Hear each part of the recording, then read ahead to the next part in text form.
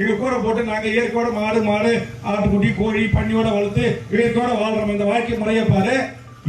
இதை இடிச்சு தரமட்டம் ஆக்கிட்டு நீ கொடுக்குற பிச்சை காசை வாங்கி போய் நாளை குடிச்சு முடிச்சிருவோம் சரக்கு அடிச்சு முடிச்சிருவோம். கூட்டி வச்சு செத்து போவோம். வாலிபு சாராயத்தை குடிச்சிட்டு டாஸ்மாக கொடுத்து இப்ப வரோம் ஒரு ஆள் ரோட்ல புல் சரக்கு துணி வரை இது கூட தெரியல புல் சரக்குல இருக்கும். அதுக்கும் கால மேல காலை போட்டு பட்டு கிடக்குறான் ரோட்ல.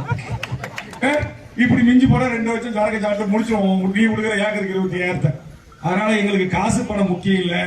இந்த வாழ்விடத்தை இந்த இயற்கை சூழலை நாங்கள் ஆண்டாண்டு காலமாக அடகாத்து பாதுகாத்து வைத்திருக்கிற எங்கள் கிராமத்தினுடைய இந்த தன்மையை பாதுகாக்க வேண்டிய பொறுப்பும் கடமையும் எங்களுக்கு இருக்கிறது.